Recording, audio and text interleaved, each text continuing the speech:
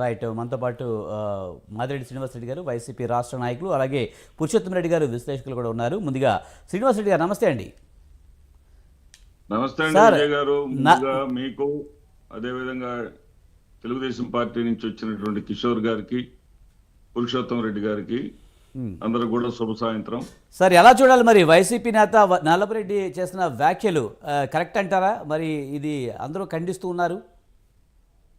Sir, ఇక్కడ ఇది రెండు కుటుంబాల మధ్య అంతర్గతంగా ఉన్నటువంటి పేరుకుపోయి ఉన్నటువంటి వ్యక్తిగత ద్వేషాల ఫలితమే తప్ప కొన్ని నాలుగు గోడల మధ్య మాత్రమే మాట్లాడే ఉంటాయి, కొన్ని ప్రజా బాహుళ్యంలో మాట్లాడే ఉంటాయి. ఇక్కడ ఏదైతే వైఎస్ఆర్సీపీకి సంబంధించి చంద్రబాబు గ్యారంటీ మోసం, అదే బాబు షూరిటీ మోసం గ్యారంటీ అనేటటువంటి కార్యక్రమం రాష్ట్రం మొత్తం కూడా పెద్ద ఎత్తున విజయవంతం అవుతా ఉంది. ఎక్కడైతే ఆ కార్యక్రమం జరుపుతున్నారో అక్కడ సమన్వయకర్తలకి వాళ్ళు ఆశించిన దానికన్నా 3 రెట్లు 4 రెట్లు ఎక్కువ మంది ఆడిటోరియాలు పట్టకుండా నేను కూడా సమావేశాల్లో పాల్గొంటున్నాను. నేను విపరీతంగా ప్రజలు రావడంతో, కార్యకర్తలు రావడంతో వాళ్ళ కేరింతల మధ్య, వాళ్ళ ఉత్సాహాల మధ్య కొన్ని మాటలు దొర్లి ఉండవచ్చు. కానీ ఇక్కడ అమ్మ పుట్టిల్లు మేనమామకు తెలియదా అని మనకు సామెత ఉందండి. వీళ్ళెవరో పరాయి వాళ్ళు కాదు. ఎవరు? ఈవిడ ప్రశాంత్ రెడ్డి గారు ఎవరో కాదు.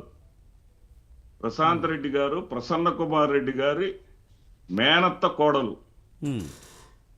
సొంత మేనత్త కోడలు.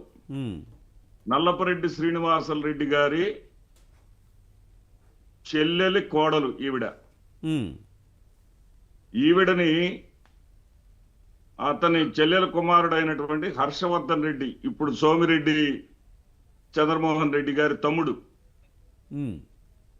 హర్షవర్ధన్ రెడ్డి గారు వివాహం చేసుకున్నారు.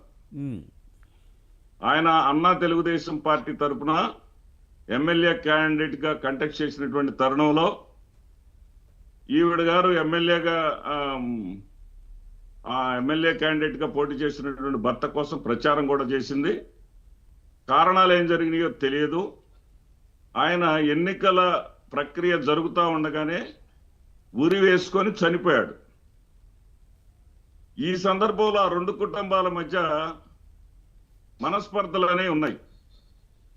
ఆ మనస్పర్ధలతోటి అనేక నీచంగా ప్రసన్న కుమార్ రెడ్డి గారి మీద ప్రశాంత్ రెడ్డి గారు వ్యాఖ్యానించారు. ప్రశాంత్ రెడ్డి గారి మీద ప్రసన్న కుమార్ రెడ్డి గారు అనుచిత వ్యాఖ్యలు చేశారు. వాటి మీద చట్టాలు ఉన్నాయి, కోర్టులు ఉన్నాయి, చర్యలు తీసుకోవచ్చు, డెఫమేషన్ వేసుకోవచ్చు.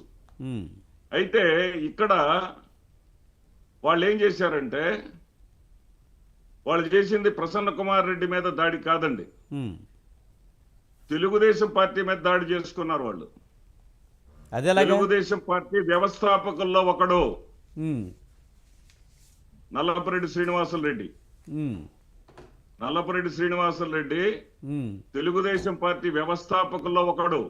ఆయన ఇప్పుడు టీడీపీలో లేడు కదండి. ఇప్పుడు వ్యవస్థాపకుల్లో ఒకడైనంత మాత్రాన అలా కాదు. విజయ్ గారు పూర్తిగా వినండి ప్లీజ్, ప్రజల్లోకి వెళ్ళాలి ఇది.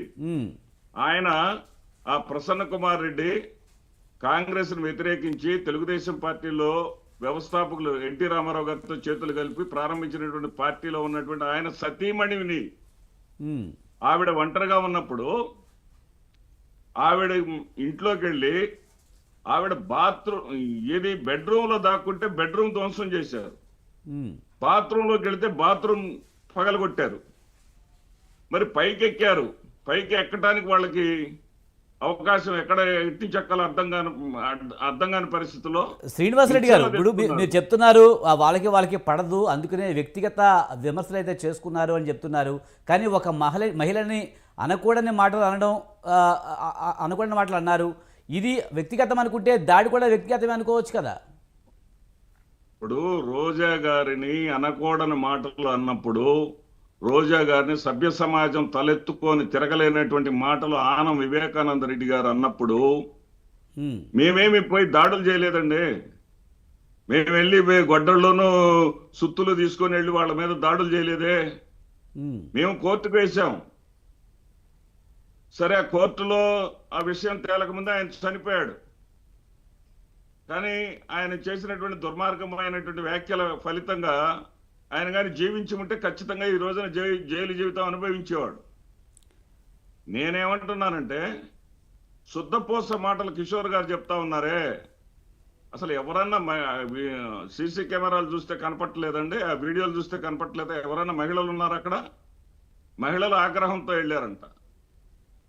అయితే అక్కడ ఆయన మాట ఏంటంటే, ప్రభుత్వంలో ఉన్నది ఎవరు సార్? ప్రభుత్వంలో ఉన్నది వాళ్ళ, లేకపోతే చంద్రబాబు నాయుడు గారా, జగన్మోహన్ రెడ్డి గారా? జగన్మోహన్ రెడ్డి గారు ముఖ్యమంత్రిగా ఉన్నట్టుగా మాట్లాడుతున్నారు కిషోర్ కుమార్ గారు.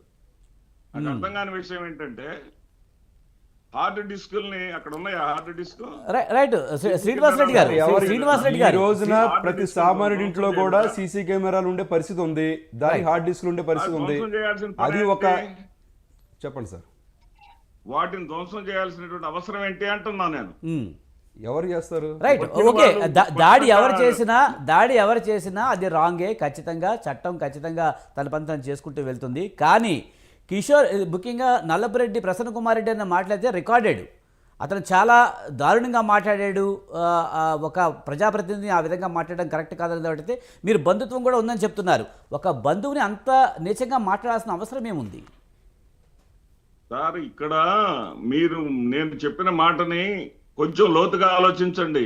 ఆ బంధువులు ఒకరి మీద ఒకరు మాటలు అనుకోవటం అనేది దశాబ్దాలుగా జరుగుతూ ఉంది. అయితే ఇక్కడ జరిగిన పొరపాటు ఏంటంటే, ప్రజా బాహుళ్యంలో ప్రజావేదిక మీద నుంచి మాట్లాడకూడదు, మాట్లాడాడు, అది తప్పే అంటున్నా నేను.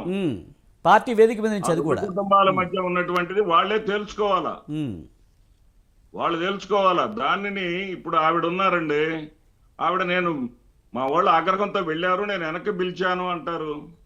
వెనక్కి పిలిస్తే అక్కడ ఉన్న వాళ్ళందరూ ఎవరండి? కనీసం 80 నుంచి 100 మంది వరకు ఉన్నారు. వాళ్ళలో ఒక్క చీర కనపడలేదు. ఆ పత్రికలు రాస్తాయి, మహిళలు వచ్చి దాడులు చేశారు, మహిళలు రెచ్చిపోయారు అని చెప్పేసి. ఎక్కడ ఏ మహిళ వచ్చిందండి అక్కడికి? వచ్చిన వాళ్ళు ఎవరు కెమెరాల్లో కనపట్టలేదా? విడుదలైనటువంటి వీడియోల్లో కనపట్టలేదా? రైట్, శ్రీనివాస్ రెడ్డి గారు, ఏదేమైనా కానీ వ్యక్తిగతంగా ఉన్న సమస్యల్ని రాజకీయ వేదికల మీద, అది కూడా మహిళల మీద ఇలా మాట్లాడడం కరెక్ట్ కాదనేది సర్వత్రా వ్యక్తమవుతుంది. ముఖ్యంగా ఈ వైసీపీకి చెడ్డ పేరు వచ్చే అవకాశం లేదా? గతంలో మనం చూసాం, చంద్రబాబు నాయుడు సతీమణి కానీ, అలాగే పవన్ కళ్యాణ్ వ్యక్తిగతంగా మాట్లాడడం, అలాగే ఇప్పుడు హోంమంత్రిగా ఉన్న అనిత మీద కూడా అనుచిత వ్యాఖ్యలు వైసీపీ శ్రేణులు అయితే చేసిన సందర్భం చూసాం. ఇది వైసీపీకి ఇప్పుడు చెడ్డ పేరు వచ్చే అవకాశం లేదంటారా ఇలాంటి మాటల వల్ల? సార్, అనిత గారి మీద, హోంమంత్రి అనిత గారి మీద అనుచిత వ్యాఖ్యలు చేసిన సందర్భం నాకైతే కనపడలేదు. మా హోంమంత్రిగా ఉన్నటువంటి సుచరిత గారి మీద అనుచిత వ్యాఖ్యలు చేసినటువంటి వ్యక్తి ఈ రోజున శాసనసభ స్పీకర్ గా ఉన్నాడు. ఇక్కడ బూతులకి, మహిళల్ని అగౌరవపరచడానికి, మహిళలని దూషించడానికి పెట్టింది పేరు తెలుగుదేశం పార్టీ అనేది ఈ రాష్ట్రంలోని ప్రజలందరికీ తెలుసు. కొత్తగా ఏం చెప్పాల్సినటువంటి అవసరం లేదు.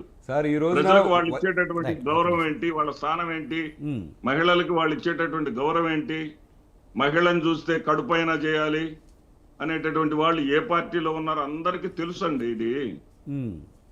ఇది ఎక్కడ కూడా వైఎస్ఆర్సీపీ చేసినా, లేకపోతే తెలుగుదేశం పార్టీ వాళ్ళు చేసినా, మహిళలను అవమానిస్తే అది మాత్రం క్షమించరాని నేరము. కానీ ఇది బంధువుల మధ్య ఉన్నటువంటి గొడవను తీసుకొచ్చి రాజకీయ ప్రయోజనం ప్రతి దానికి కాదేది కవితకు అనర్హమని శ్రీశ్రీ గారు చెప్పినట్టుగా ఈ రోజున చంద్రబాబు నాయుడు గారు ఒకప్పుడు మంచి అడ్మినిస్ట్రేటర్, ఈ రోజున ఆయన ఇలాంటి పరిపాలన చంద్రబాబు నాయుడు గారి పరిపాలనేనా అనిపిస్తా ఉంది.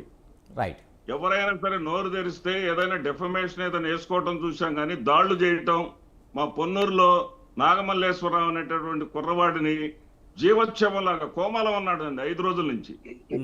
ఈ దాడులేంటో, ఈ కొట్టటాలేంటో వాళ్ళు ఒకసారి ఆలోచించుకోవాలా. గౌరవ ముఖ్యమంత్రి గారిని నేను అభ్యర్థిస్తున్నా, ఆయన ఒకసారి చెక్ చేసుకోవాలా ఏం జరుగుతుందో. Right sir, right. Purushottam Reddy గారి విశ్లేషకులు ఉన్నారు, ఆయన